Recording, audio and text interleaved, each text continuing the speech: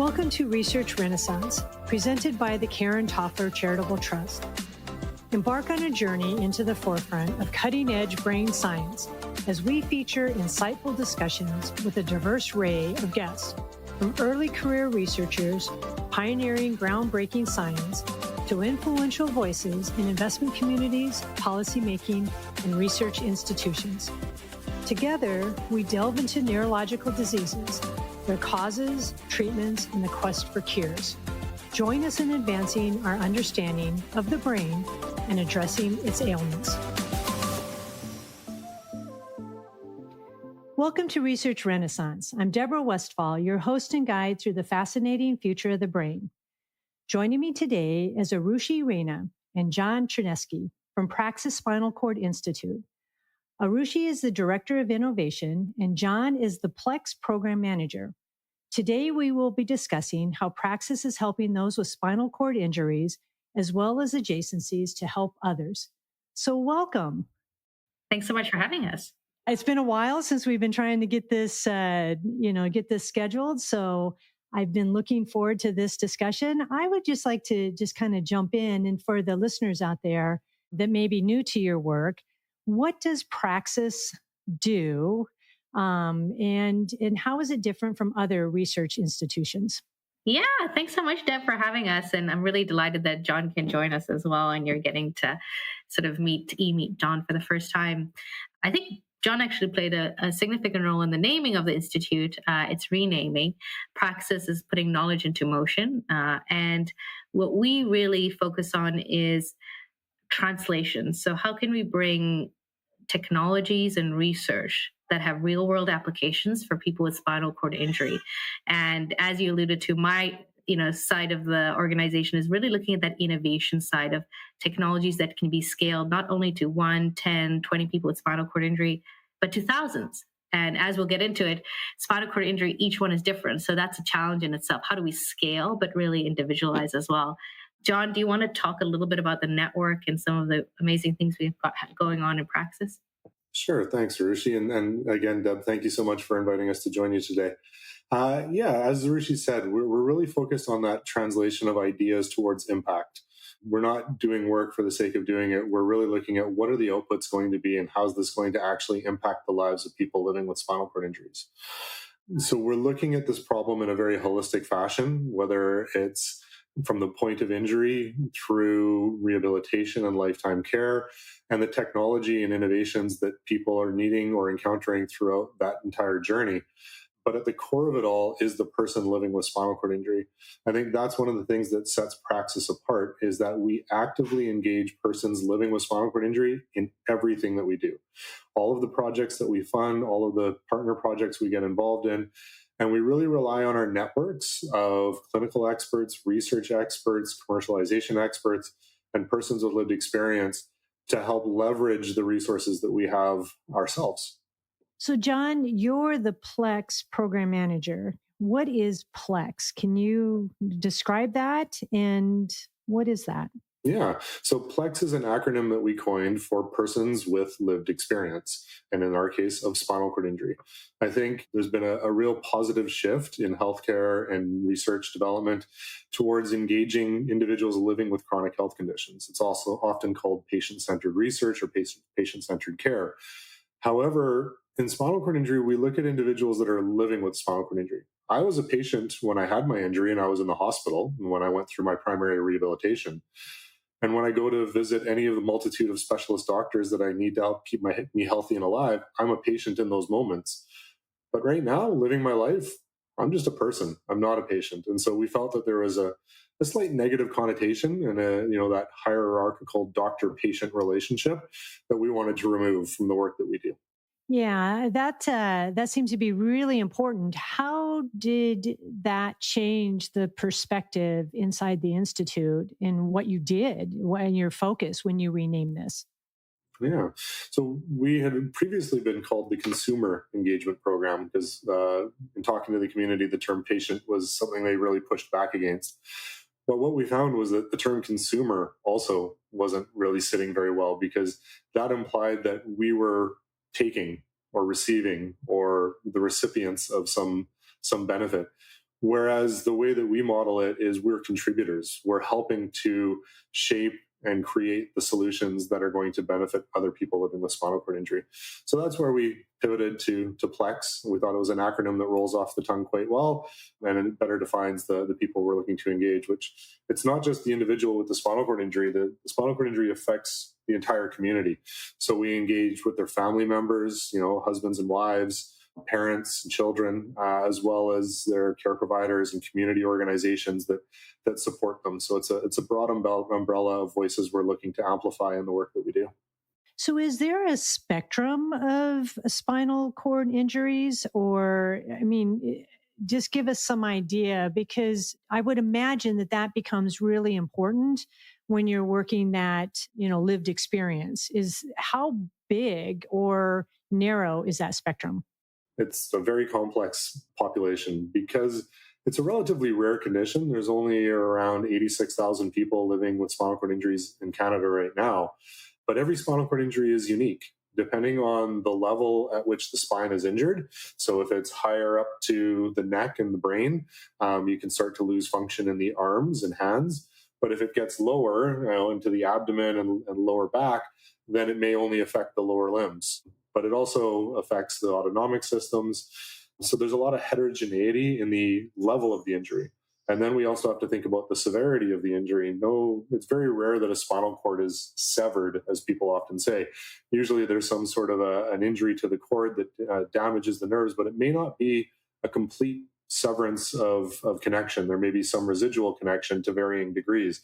So that's what we call the severity of the injury. And then you need to look at the individual. Were they injured quite young, like I was when I was 16 years old, or later in life, as we're seeing more and more commonly, people in their 50s, 60s, and 70s? Are they male or female? Do they live in a rural area or an urban area where they may have access to better accessibility and clinical supports? What's their socioeconomic situation? Do they have insurance from the accident that's going to cover all the needs and costs they have? Or were they injured playing recreational sport with no insurance? So in terms of thinking about the diversity in our population, it's something that starts from the very beginning before we even start to think about traditional diversity factors. Could you, John, double click on the emergence of non-traumatic injuries and how that's having an impact on the gender demographics? Because I think that's a really interesting shift that we've seen in the last few years, and how sometimes they're not, that group is not always fully included, though they should be. And the diagnostics and just the pathway, not too much detail, but I think it's a necessary complication of what I'm still learning a lot about. Yeah. It's, again, clinical terminology. We define spinal cord injury often by the etiology. What caused it? Was it a traumatic injury? Was it caused by a car crash or a fall or, a sports injury? Or was it what they call non-traumatic? Was it caused by an internal pathophysiology, a virus or an infection or some autoimmune disease? Psychologically, all spinal cord injuries are traumatic, but clinically they define them as traumatic and non-traumatic. But what we're seeing is a really significant increase in the number of non-traumatic spinal cord injuries that are caused not by some physical force, but by a pathological force. So as I mentioned, the care system is not set up well to manage these injuries. When we have a traumatic incident, the emergency procedures kick into place and we kind of know what to do. And there's a really defined pathway. But for the non-traumatic injuries, they sometimes takes a while for the onset to fully materialize, for it to get diagnosed clinically. And then the ongoing treatment is sometimes less than optimal. So that's an area we're really trying to focus in on, is better understanding the path that people with non-traumatic injuries are taking and making sure we can improve the way that the healthcare system responds to their needs. So you both are sitting at kind of this intersection of the science, innovation, and this lived experience. Talk about how you're bringing these worlds together, because it's very complex. You talked about the dynamic between traumatic and non-traumatic and the diversity of the injuries. How do you bring these worlds together to really accelerate any kind of breakthroughs? Arushi, do you want to take that? Sure. Yeah. I think, what was really interesting, and I kind of alluded to it in the first answer, you look at scalable innovation, and what we're trying to do at Praxis. Yes, we need to individualize. Every spinal cord injury is different, but we know that if we try and develop products for each individual with each individual specification, that doesn't really build a sustainable pathway. So one of the questions, to turn it around and say, instead of seeing it that way, say, are there solutions out there that allow individuals to use the product, given their level of injury, in the way that best fits their needs? And if you turn that around and you look at solutions like neuromodulation, it actually becomes really interesting, because neuromodulation, what we'd like to see in the real world is someone's taking, it's not actually delivered in the hospital. The transcutaneous neuromodulation, John and others will take it home, and they are the best. Over time, they'll get some, onboarding with the PT, but over time, they're the best arbiters, given their hand function and their caregiver, to decide what level and what treatment plan in discussion with their clinician to use at home. And if you look at solutions that way, instead of seeing it as a limiting belief, it actually forces you to look for solutions that are sort of meeting people where they are, but you are still thinking about scalability, but in a different way. We can see that in personalized medicine and drug delivery. We can see that in a number of different technologies. Unfortunately, large-scale hospital systems, yes, they're good at trauma and individualizing that way, but they're not really designed to deliver at-home care, obviously, in that way. So I think if you turn that question around, I think there's a huge opportunity set. And then when you look at, the needs that people have, significant unmet needs, some of them are actually, just boilerplate meat and potato problems of the hospital system. So if you look at pressure sores, which are, again, when I entered this field, I used to be in traumatic brain injury. I had the same dilemmas of, I'm going into this narrow, how can I add value in this narrow slice of things?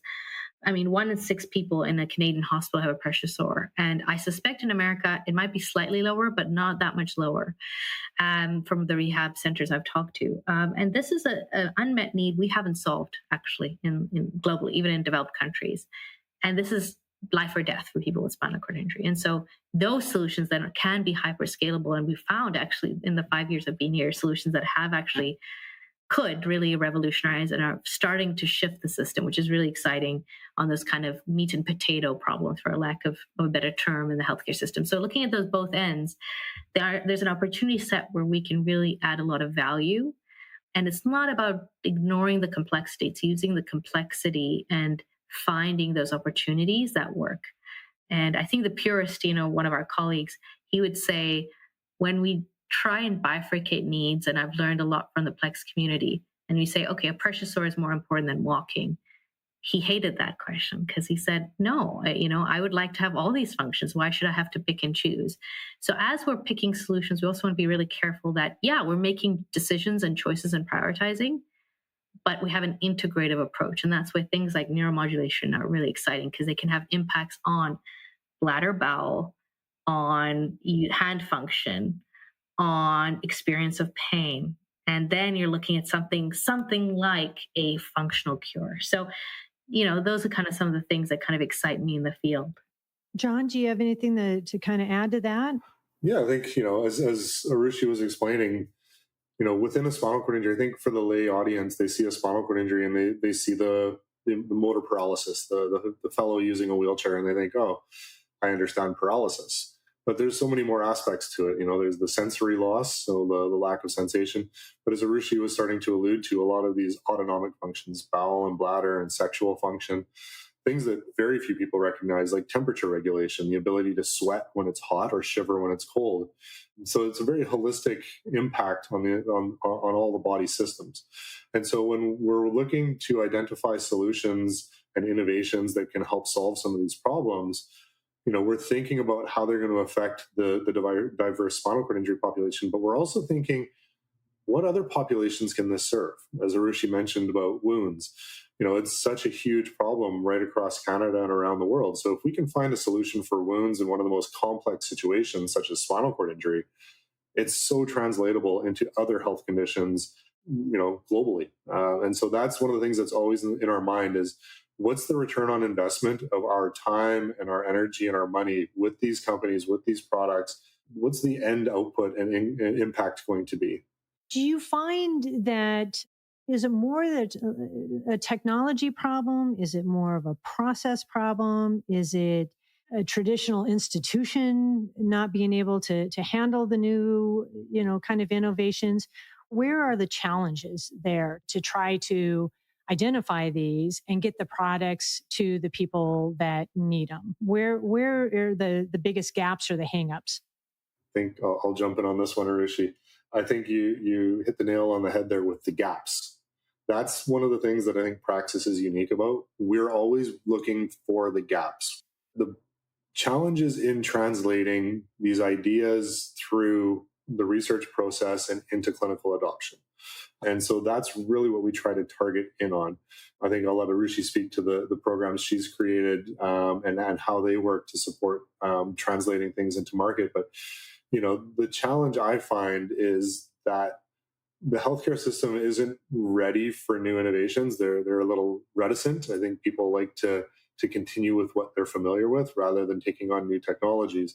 And so when we bring these new products or help bring them to market, we need to sort of make sure there's a big awareness in the people that are going to be delivering these treatments and therapies, whether it's in a clinical setting or in a home setting, that they're accessible, that people can afford to get them, or that the clinical decision makers are going to acquire them, and that they actually get used, that people know how to use them, that there's a reimbursement coding process in place, and that they can actually use them and see them in practice. But maybe Arushi can speak better to that than I can. No, I think that was really insightful. When I first came into the field, it was interesting. I kept hearing there's a lack of capital, there's a lack of care. And I think I would agree that, the lack of capital historically in the space has been limited, because if I talk to someone in venture capital, their first reaction is, this is too small a market space. I can't invest in this. And they do point to one or two historical trials that were very expensive per patient. So I know, Deb, so this is something adjacent you guys have looked at in the work that you do is, if you're over 100,000, 200,000, 300,000 per patient, it starts becoming really hard to make the math, especially for a small startup. So, hear both ends. There's insufficient capital from the community, and then VC saying, well, this is not a market I want to invest in. And I think, there's that paradigm piece where it doesn't always work, and sometimes both are right. But sometimes, to John's point, are there solutions that are broader where the spinal cord, and this is something we're talking about in the spinal cord injury, because it's affecting almost every system. John, you've used the word test bed. We can use, the early benchmark population. If it works in spinal cord injury, it'll work for a lot of different conditions. A lot of things are being tested. And the converse of that is it's very interesting that there's an opportunity if it works in spinal cord injury. And there's some mixed cohort trials of pain and others. And I was talking to a very successful entrepreneur. And I told them that, it's not about running an SCI trial, but can you make sure people with SCI are not excluded from the initial trial for no reason? Yes, we have adverse conditions, but what's happening in 90% of clinical trials in neuropathic pain, in bladder and bowel for the mass market, people are just automatically excluding spinal cord injury or excluding an age group. And this is a huge thing. And they just because they've decided that makes it complicated. But when you ask, and I'm not a clinician, but if I ask, what is the reason? It's just they haven't thought about it. It just becomes a default copy-paste exercise. And even by including in clinical trials for neuropathic pain and saying we're not excluding people with SCI, you've just created an opportunity for people with spinal cord injury to participate and then benefit. Because when the labeling happens, and I don't know how much you talk about that, but when the FDA and others, it's not so one-to-one, just because there's about significance and all of that. But if the initial trials do include spinal cord injury, the chance of it being cleared for use in spinal cord injury just goes up a huge notch. There's an example after many years, and I think the drug is gabapentin, right? After many, many years, this is a pain drug. It's been used sort of where the label hasn't fully changed, but people with spinal cord injury are some of the top users of the drug. And some people see that as the only pathway of using off-label use. And I think that's a missed opportunity, because people with spinal cord injury could have benefited 10 years before if they had just been included. Give them the opportunity. Then maybe people with spinal cord injury won't participate, but they're not being excluded out of form. So the capital is a big thing, but things like that, where it's just an adjustment of a perspective, could really widen the opportunities for people with a neurological condition. But what John's alluding to is when I started, I came from an entrepreneurial sort of background. When I started the program here at Praxis, what I noticed is this little lack of, outside of even spinal cord injury, and I don't know if you see this, but we work a lot with researchers and technologists. And before they get any capital in their system, they're not orienting their technology, their intellectual property, their design of their trial in a way to go anywhere. And over time, and this may sound, some entrepreneurs may disagree with me, but I think before you inject capital, you need to really think long and hard of what is it that you're building in terms of the technology or drug. And that's what we do at Praxis. So if a drug company comes to us, so one example, Deborah, I don't know if they've come on your radar, but they're called Exonus. And they're a neurological, I think they would call themselves drug hunters, because they really have a pipeline of drugs that are going to hit Alzheimer's, epilepsy, pain, neuropathic pain, and spinal cord injury. When they came to us, it was out of the Weiss Institute at Harvard, top research group. And they worked with us. It was weekly calls with John, myself, and a clinician. And what that does is it brings all some of the key stakeholders into one conversation. And sometimes in that call, John and I would be disagreeing with each other while the entrepreneur is listening. And the point is that the entrepreneur is getting a real world integrative tension, which is what it is to build a drug. And I would say that's a gap, not just in spinal cord injury, in just developing medicines, but technologies addressing spinal cord injury have less exposure and access. And that's what we've created at Praxis, is a program and a pipeline that does that. And, another way of saying is IKT, which is integrated knowledge translation. But I say to the entrepreneur, you're hearing all the voices you need to hear, and they will contradict. But sometimes when they come together, that's as close to the truth as you're going to get. So if I'm saying you need a bigger sample size, and John's saying you need a bigger sample size, and the clinician is saying, chances are you probably need a bigger sample size, right? And that becomes really exciting. And as we did this program, we provide regulatory and entrepreneurial support. And Joanna Stanica, she's a, superstar CEO. I remember talking to her years later, and she said, Arushi, you really sell yourselves short at Praxis, because that first grant you gave of under $25,000 was a grant that really catalyzed for me to spend on our first pipeline, to actually articulate our pipeline for investors. My investment money wouldn't allow me to use it for that. Secondly, it was one of the first few credentializations we had as a small startup that we were onto something. So it meant a lot that you came in early, because everyone would come in late. Now they raised one of the largest rounds last year in drugs in Series A. But back then they said that check mark, that logo meant a lot. And she said, Arushi, you were the first CEO coach I had. And I don't think you write that in your offerings. You were the first person who told me you're being too scientific to get your first investment round. And I don't remember saying that to her. And she said, you need to stop underselling yourself. So there's a lot that we do. We spend about 50 to 100 one-on-one hours with each of the companies. We only pick 4 to 5 a year. And we really believe in that integration. So yes, capital is a piece of this, but there's such knowledge gaps, to John's point. And it's regulatory alongside clinical. It's really seeing that full picture and not having these siloed pieces of knowledge that we feel a lot of entrepreneurs have. Give them the integrated picture, because that's how you build CEOs of the future, is they have to be able to intersect what is someone with lived experience saying. When do I turn back and say to John, we can't implement that change, and here's why. And I think that's also been missing in the conversation, because when I went and I said I want to start this program, there's a lot of distrust from the SCI community, is because all these drugs and all these technologies, they'd ask you to last minute sign up on something, and then they'd never hear back and they'd never be included. And I feel, in 6 years of doing pretty contentious work in spinal cord injury, first of all, the community's been amazing, so welcoming. I've learned a lot. But a lot of the credibility is going back and saying, and having that hard conversation and say, we weren't able to do that. And here's why. And it sucks. And being honest. Don't infantilize people. Like, there's a big drug company that said, oh, well, we don't want to say we don't know because they will feel uncertain. I was like, they're grown human beings. And if you tell them you don't know, if that's the honest answer, that's what it is, instead of hiding behind slides, So I think there's a trust piece as well. Trust, capital, and then integrated knowledge would be some of the key gaps I've seen. Yeah. Yeah.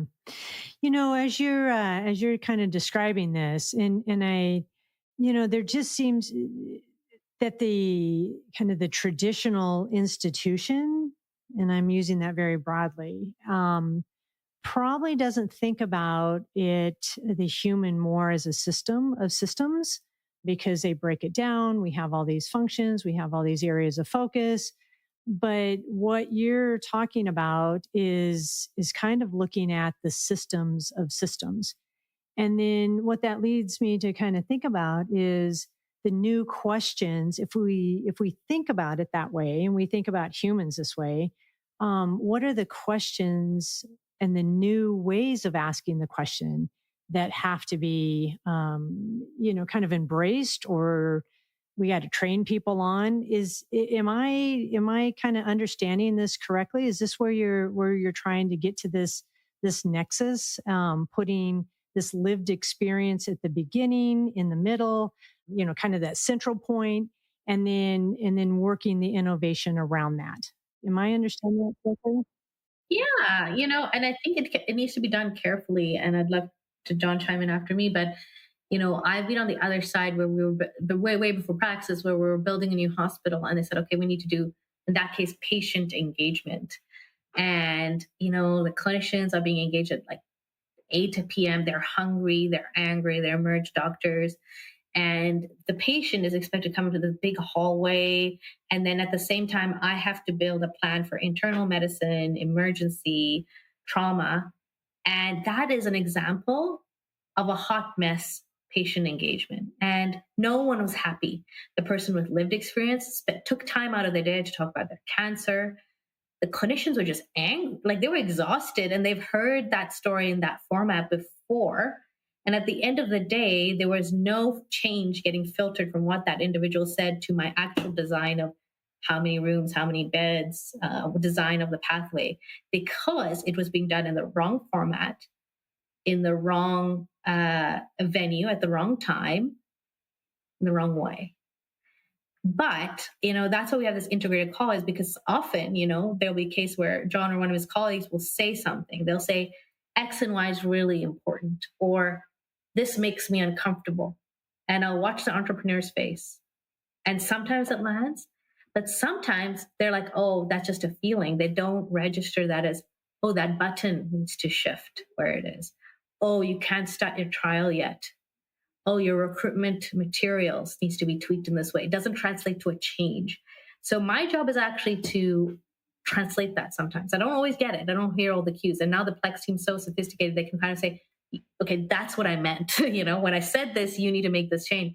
But 90% of the time of these Plex engagements, it's this way that people want to be inclusive, but they aren't actually changing their product. It's that human factors thing, because they can't hear it. When someone's saying they're uncomfortable or they don't understand, there's actually a change often that you can make, or an adaptation that could actually save you thousands of dollars in your development. But if you can't hear it, then it's a problem. So often when I'm making a pitch to people, our program, yes, I do believe in EDI and all of these areas of inclusivity, but I say to a business person, you're getting 50 to 100 hours of real world feedback. We ship the prototypes from far away, like Middle East here and there. We ship large prototypes here because we have people with lived experience actually playing with it. Why wouldn't you want that? And that goes into your DD room. And most investors are like, yeah, that's better than a lot of other data points at the seed level. And that's where we had the conversation, because I find it's not to denigrate that inclusivity is important, but it's not just about inclusion and having someone in the room. It's that it's actually shifting the system for your benefit. So why wouldn't you do this? Why wouldn't you honor the individual giving you that? And then why don't you value their time? Why don't you pay them for that time? Because there's also that piece as well. Yeah, maybe I'll jump in and add a little to that as well, Arushi.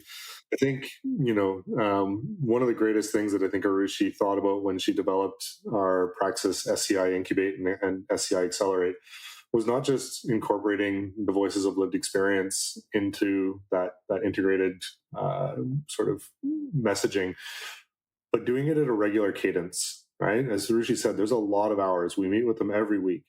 And, I remember in the first couple of years, coming to Arushi and saying, I told this CEO 3 times that they need to change this thing, and they're still not hearing me. And Arushi's like, well, maybe you need to tell them again and again and again. And with some of these companies, we may tell them the same thing 5, 6, 7, 8, 10 times. And 3 months into the program, the light bulb turns on and they get it. And then they make those changes based on the input from the community. And it can make a significant impact on their company and their product. Used to think about engagement as sort of a one-off activity, right? You get a bunch of people together with spinal cord injuries in a room, and you get some facilitator, and you run a focus group, and you ask them some canned-up questions, and you get some responses, and then you come back and you say, look, we can engage the community. And that's great to do one-offs. We do a lot of focus groups, but it needs to be ongoing as well. There needs to be a relationship built, a trust built, so that truth can be told. And I think that's one of the things that persons with lived experience may bring to the table that perhaps others, such as clinicians or researchers or people working in the commercialization space, may not be quite as comfortable doing. And that's telling the blunt and honest truth. Telling somebody your product sucks. You need to fix this. If you try to come to market with your product like this, nobody's going to buy it. And honestly, I think over the years, we've told some hard truths to some very confident people, and maybe damaged their egos a little bit, but they came through it stronger, and they came out with a better product that was going to succeed. It's funny, when we review the companies that apply to these programs, we've become very, very sophisticated in identifying where the challenges are. One of the things that we've learned is coachability, the ability to hear something that contradicts your own narrative and recognize the people that are telling you it from a place that's trying to help you and taking on that information. We've run into more than a few folks that are very resistant to change, but we find that coachability in entrepreneurs is the biggest factor to their success. We've also found that a lot of these products are so close to hitting the mark. We look at it and we go, oh my gosh, this thing's amazing. All they need to do is make these 3 or 4 pretty significant changes, and then they've got a winner. And so as we interview these companies that apply to the programs, we'll test them. We'll see how ready they are to accept that input and think about those changes that they might need to make. And the ones that are prepared to listen to the experts, to make the changes, to be agile and dynamic, those are the ones that I think have the most success. So how do you guys measure then your success with this? Because I would imagine that there's a whole different set of measures or metrics that you're tracking based on this, persons with lived experience and being able to tie that into the innovation and tie that into the research. What, can you give me some idea of how do you measure your success in, for Praxis? So I'm going to jump in first, Arushi, because I can give you the short answer. To me, the short answer is, do these products get to market? Is there a clear pathway for regulatory approvals and reimbursement models so that, people with spinal cord injuries generally don't have a lot of disposable income? Most of the equipment and drugs and devices we use are paid for by a third party. And so that reimbursement pathway needs to be secured for them to be able to get access to it. So to me, it's the number of products we get to market and the people that are able to access them. But I think Arushi has much more detailed metrics than I can. I do, but I think the final metric is number of people with spinal cord injury reached with the technologies. And then each technology vertical, there's a clinical outcome we're tracking against that. So I'll give you an example. One of our technologies is a wound care technology. And the amazing thing about it, it can be applied at a stage 1 wound. So a lot of the individuals, I think that Karen Toffler's organization meets also have are experiencing bed sores for a variety of reasons. And so a lot of times what we heard from people is, before getting to hospitals will make my bed sores worse. I think I have one. Is there something I can do? And so this technology, it's like a gel. You can apply it with limited danger on your skin if you just see a slight redness, as long as there's no internal infection, which, the slight redness on the surface of the skin. And you can apply it, in the hospital setting at stage 3, stage 4 wound. And that technology we found in 2021, and we did a lot of what we described, that kind of integrated support. And, fast forward now in 2025, that technology is being provincially, sort of reimbursed in the hospital system. And we know a third of the people who have acute spinal cord injuries, and a lot of these rehab centers have spinal cord injury. And what that real world data has shown is that it's 50% cheaper and healed, I think, most wounds, John, like a cohort of wounds, 50% of wounds, 50% faster. So if you math it out since 21, that technology alone is reaching hundreds of people with spinal cord injury. And if you just, were to extrapolate that data, it's very rough. You are probably healing 30 to 50% of wounds 50% faster. And then within that, there are a number of people with spinal cord injury who pass away every year from bed sores. I think over time, we're going to see that we can even talk about mortality outcomes. And so we just hit, I think, in 25. So when I started this program in 2020, I said, let's make sure we're impacting 1,000 lives with spinal cord injury with these types of technologies. Because again, these are med tech companies. So when we take them on, they're usually not in the market yet. We're developing all of that. So that's why we picked that low number of 1,000 in 5 years, because we're really scaling them up, building their companies. And now in 2025, 5 years later, we've exceeded reaching over 1,000 people with our technologies with those kind of transformative care outcomes.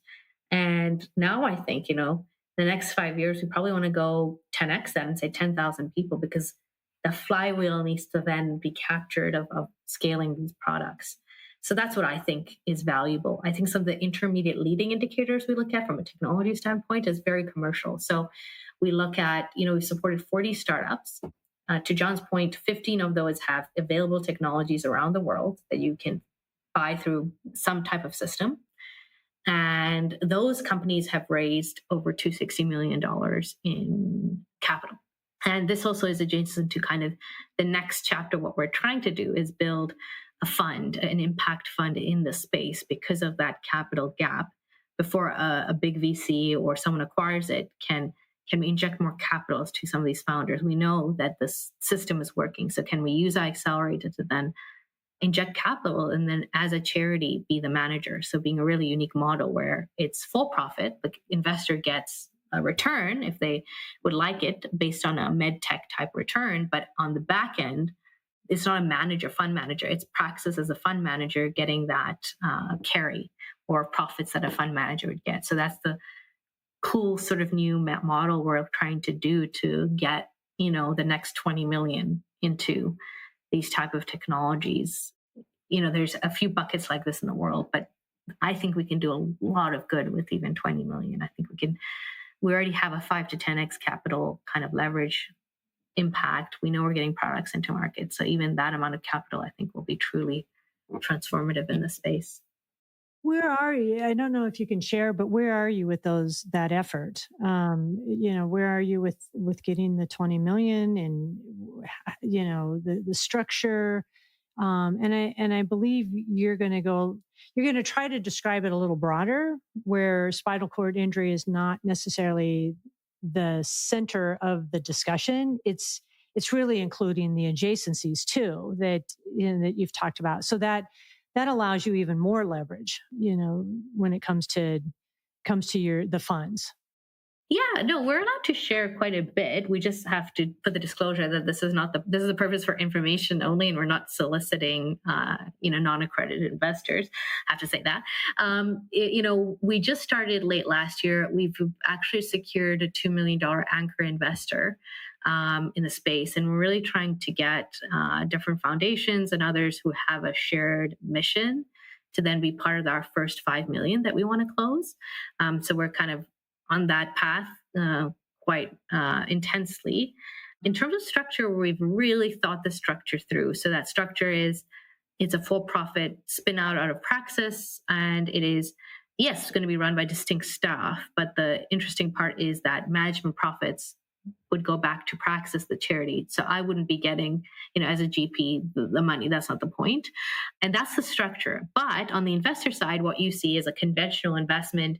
You could pledge those returns if you want to a charity or back to Praxis, but you actually can get, if we do well, the investor is getting a return if they so choose. If they want to donate, if someone wants to donate, they are welcome to do so as well. But we wanted to create the incentive alignment, which is maybe not an AI or crypto fund, but a fund where we are looking for the long-term sustainable solutions that can fund themselves. And if that's the case, and we live in a capitalistic environment, they need to generate some type of return.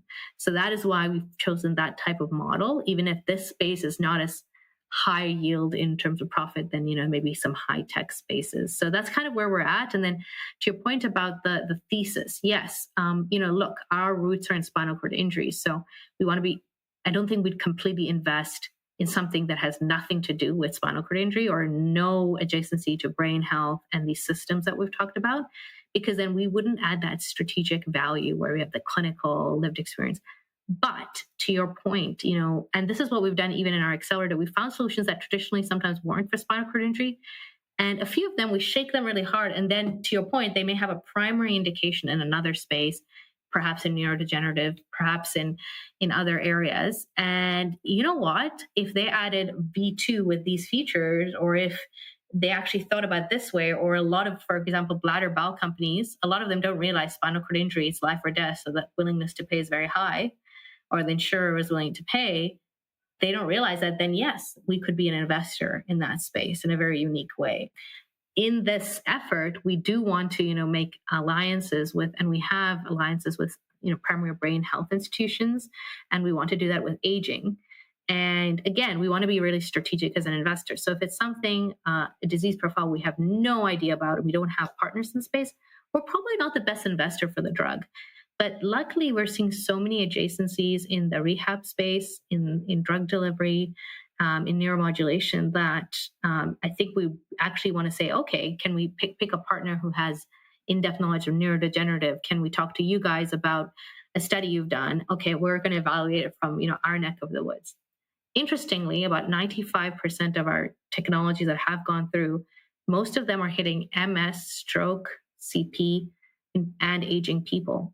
That's why I was doing a review, and only one or two were very, insular. Most of them are hitting some of these disease profiles. And we haven't done a full mapping, but it was just interesting to see that most of them, the ones that are in market, most of them I know for a fact are benefiting other people with these other conditions. And that's how I've learned.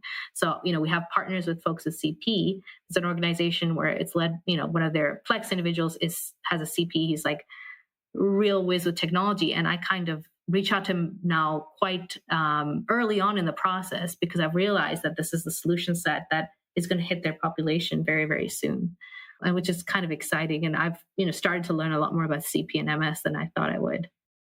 Yeah, that's that's really interesting, because we're the Karen Toffler Charitable Trust is on the other side. We're also kind of much even earlier in the research, right? We're really trying to understand, the why, not necessarily always the what, but the why. But what we're seeing is when you take and look at, some of our researchers are studying the brain, or they're studying a protein, or they're studying some cellular activity there.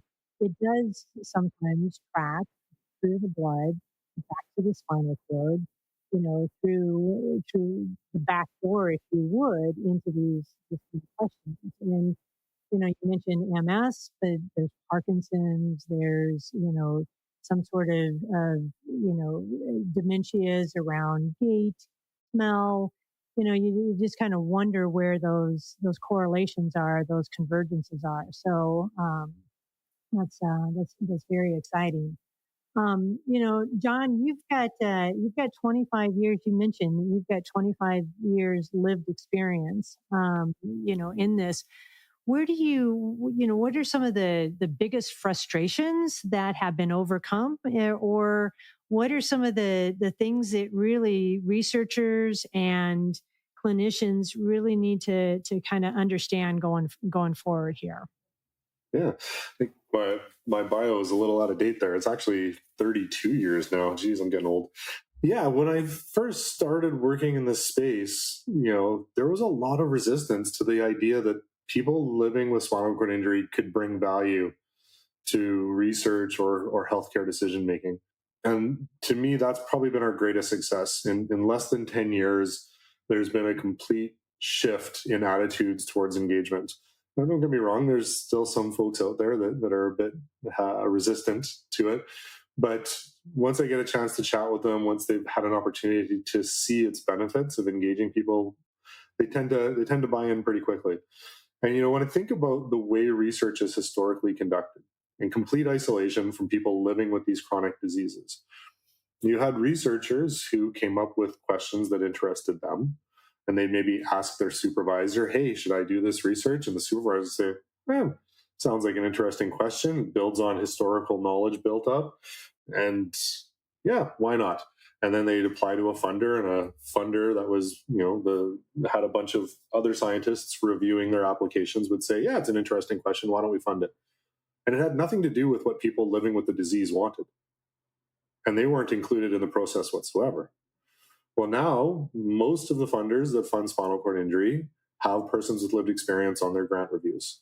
And more researchers are including people with lived experience in their grant writing because the funders have begun to require it. And so when we see it done well, you think about the research team and all the experts that are needed to be around the table to answer these complex questions. Well, what we suggest is that people living with spinal cord injury are experts as well, and they need to be around that table helping to decide what the question is. How are we going to answer it? What are we going to look for? What are our outcome measures? Because historically in spinal cord injury, as you can imagine, the vast majority of outcome measures were, can we get these motors to function again, these muscles, right? Well, that's great. But if you actually talk to people with spinal cord injury about what matters to them day to day, sure, standing and walking is really important.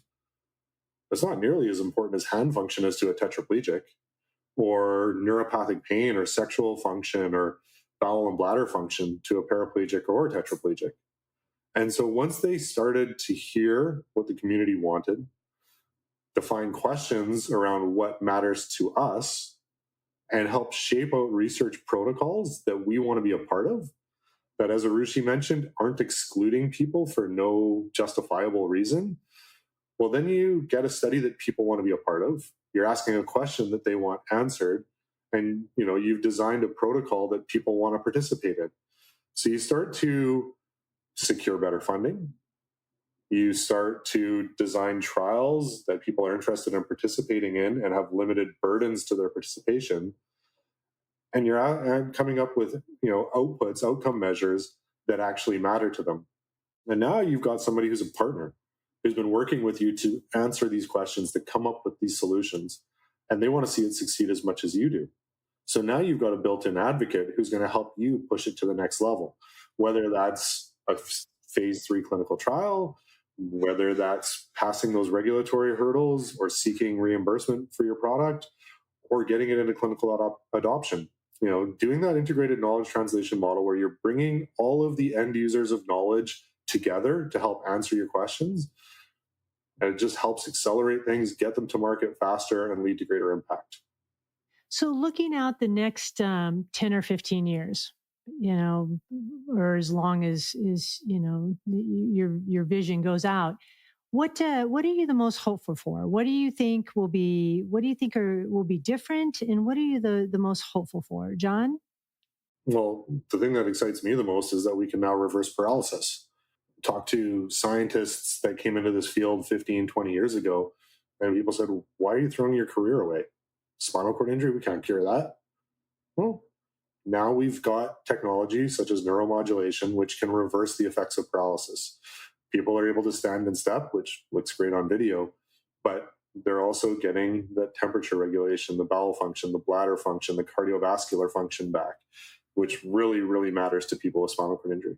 To me, that's the most exciting thing, is that we're seeing paralysis reversed for the first time in human history. But we're also seeing a reduction in those secondary complications. The number of people I know who struggle with urinary tract infections and neuropathic pain and wounds, they're life-threatening or life-limiting at the very least. And now we're starting to come up with solutions that can eliminate those problems, which means people with spinal cord injuries are living better lives. They're more active, they're more healthy, they're more engaged in their community, they've got better jobs, and they're working more. So we're starting to see a much more healthier and active population with every little step we take. That's amazing. That's amazing. Arushi, what about you when you look into the future? It's funny. I spent a lot of my time and days in sort of high tech. We jump from brain-computer interface to all of these different areas. So there's sort of two visions I have. And they can come into conflict because of the world we live in, but they can come together. I think one of our colleagues, Chloe, she's helped develop this exoskeleton. There's a futuristic side of me, and I've learned a lot from the spinal cord injury community of what is it to walk? What is it to function? And if technology could be used to not only make it acceptable, but to celebrate the different ways people are walking and being in the world. And visually as well, because I think the visual is important too, because a lot of times people with spinal cord injury look at the products and they're like, we're human. We don't want that ugly thing attached to us. The small glimmer of this was John and I were traveling, and, I see John usually when, every day. And we were just going to the airport, and John's going faster than me, getting all the luggage. He's like a very, seasoned traveler. And not less than 3 people went up to John. And this was, I think, in Minnesota. I could be wrong. And they were just like, can I just tell you, because John had, I would say a pretty decent setup with your traveling kind of clip on but not like, it wasn't like the one and only one. And they said, you look so cool like that. And their kids were there, and they're like, I want to be like you. And I thought that was exciting, because when someone has their mind open, it's not less or more, it's different, and it's exciting. So there's that vision of what is a human, what is walking, what is thinking. And then the other vision is a bit more, I love low tech. So I have a really old phone and all of these things, because I love like some of the really simple doodads that make people's lives better. And we've seen that, or the simple wound gel, or a simple addition to a wheelchair, and this environment where it's not just about high tech, but, there's simple common sense technologies that can be implemented in Southern Africa, where I come from, in India, in North America, and it just brings down the cost of care way down. And, everyone is using the street because we found these low cost solutions, and they're not the fanciest thing out there. And it shifts the landscape, shifts who we see out on the street, and we stop noticing it in the way we notice it now, if that makes sense. And so I think they come together in some ways when we really rapidly drive down the cost of needed technology for people with disabilities. That's what it comes down to. But sometimes, with the sort of kind of dystopian future, there could be just 5 people with exoskeleton. That's not what we want. Yeah. Well, as we wrap up here, is there a question that I should have asked that you wished I would have asked that I didn't, that would lend itself to just any kind of last words that you want to say about what you do and the help that you want from partners? What might that question have been? One thing I can't move forward without mentioning: success breeds challenges. And so, we've had such a great success in showing the value of persons with lived experience involved in all of this work, that the demand is starting to outstrip the supply. And so we've been working in multiple ways to figure out how do we develop the skill set among persons living with spinal cord injury to play a role in this sort of work. And so that's something I'm really, really proud of, through some training courses that we've helped to develop, through our Plex fellowship program, where we bring in people from the community to work alongside our Plex team to really sort of build up the cohort of individuals living with spinal cord injury that can have an influential role in this sort of work. So that's something I'm really quite proud of. And it's one of those things where people see the value in it, but it'd be nice if it was a bit more resourced. So if anybody out there is interested in learning more about how we're trying to build up the skills of people with spinal cord injury to influence it, and maybe have some ideas on how we could do it better, or maybe has done it themselves and has some tips and tricks, I'd really appreciate that. The one that, question, which is a hard one that kind of comes to mind, is what if I'm someone maybe with a family member or someone who's experienced either a spinal cord injury, or let's say more broadly a neurological condition that maybe, like I know Karen Toffler Charitable Trust is named after a woman who experienced a neurological condition. What can I do? Because sometimes, even though we're in the system world, I know John gets this every probably second day, is someone comes up to you and it's either they're in that early stage where they're just, coming to terms with something totally life-changing. And what I've learned and being coached by John and others is right now, there's this period of just figuring out where you are. But, what I've learned is if those individuals or family members, you're probably not alone. It's going to be hard to find. And when you might not be ready to talk to someone, but you're not alone, number one. And then, over time, there are resources out there. I wish they were easier to find. There are, of peer groups and other communities. There are also solutions. So as you start making your new normal, yes, there are certain things we all have to accept.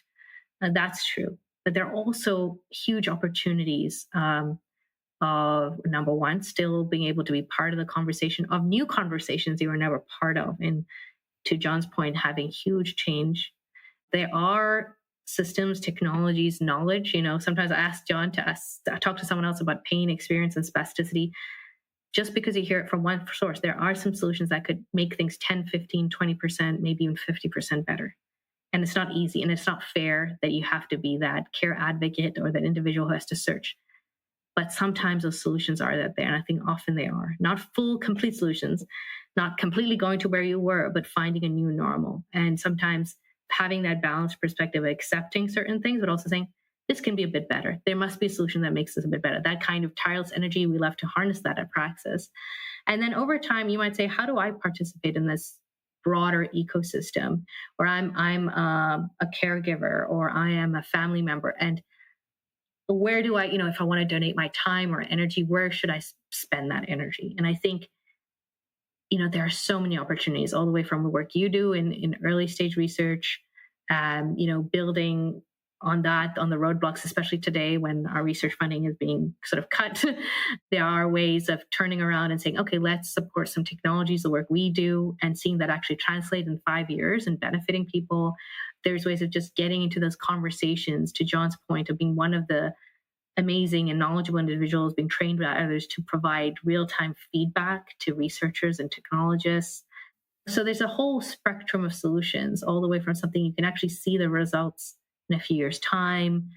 You can see the results today in a peer group and more broadly. And I think sometimes those buckets, we have to find who we are and how we want to contribute, and that gets lost for very obvious and understandable reasons. But I think that's what I'm left with, is I meet people in different places in that journey, and sometimes it takes them years to realize, yes, there are some ways of contributing, and the world is waiting for your contribution. And we have these little pieces here and there. And, you and I, Deb, it feels like we should have known each other 10 years ago, but, we're still connecting the dots here, and there's still so much to be done. No, that's great. And I think that's a great place to end. We will definitely put the Praxis Spinal Cord Institute on website on our podcast, when we send it out here. But, how do people get a hold of you, Arushi, or John? Can they find you through the website? Is there emails? How do people get a hold of you? Yeah, right now our LinkedIn presence, at least mine, is probably the most up to date. So, you can find us at Praxis on LinkedIn. You can find me on LinkedIn. We do have an info line where your email will be, if it's a commercial question, if it's a lived experience question, it gets ferried to info@praxisinstitute.org. But, we're really, really open. I think, John, you're probably on other social media that I'm too much of a grandma that I don't spend as much time on. But we have presence on all the platforms. And, we usually reply and engage one-to-one. We still have that scale to do that. So we'd love to hear from you. Yeah, I was going to say, I think both Arushi and I have relatively unique names. So if you go into Google, you'll find us pretty darn quick. That's great. Yeah, our email addresses are on the website, and we're on all the various social media platforms that you need to find. I appreciate what you both do. I learned a lot today. I always do when I talk with you guys. But this is amazing, and I really appreciate you spending the time and getting this message out. Thank you so much for having us. It's been a wonderful time. Thank you so much, both of you. Thank you so much, Deb. Thank you for joining Research Renaissance. For more information and to stay updated, subscribe for more episodes and visit our website at tofflertrust.org. Feel free to call us if you have any thoughts, suggestions, or just want to find out more about the Karen Toffler Charitable Trust. Until we meet again, onward and upward.